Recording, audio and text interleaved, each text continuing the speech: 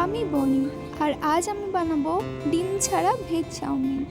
প্রথমে আমি গ্যাস জ্বালিয়ে তার উপর কড়াইটা বসিয়ে জল দিয়ে দিলাম চাউমিন। তারপর চাউমিনটা 5 মিনিটের মধ্যে ঢাকা দিয়ে সেটাকে সেদ্ধ করে নিতে হবে। ওপর দিকে তার জল ছড়িয়ে রেখে আমি দিয়ে দিলাম কড়াইয়ে তেল। তেলটা গরম হয়ে গেলে তার মধ্যে একে একে সবজিগুলো দিয়ে দিলাম।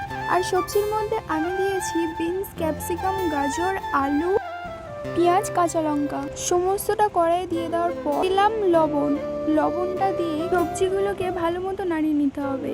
নাড়িয়ে নিয়ে সেটাকে কিছুক্ষণ ঢাকনা দিয়ে রেখে দিতে হবে, ঠিক 5 মিনিটের মতো। 5 মিনিট পর ঢাকনাটা খুলে সেটাকে আবারও ভালো মতো কষিয়ে নিতে হবে যতক্ষণ না সেটা ভাজা ভাজা হয়ে যায়। তার আগে হলুদ, লঙ্কার গুঁড়ো দিয়ে ঠিক এমনটা ভাজা ভাজা করে নিতে হবে। তারপর ছাড়িয়ে রাখা চাউমিনগুলো কড়াইয়ের মধ্যে দিয়ে দিতে হবে, দিয়ে ভালো করে নাড়ানাড়ি করে নিতে হবে। চাউমিনটা হয়ে গেলে আমি লাস্ট দিয়েছিলাম ম্যাগি মশলা আর চিনি দিলে রান্নার স্বাদের মাত্রা আরও বেড়ে যায়। আমার টেস্টি চাউমিন রেডি।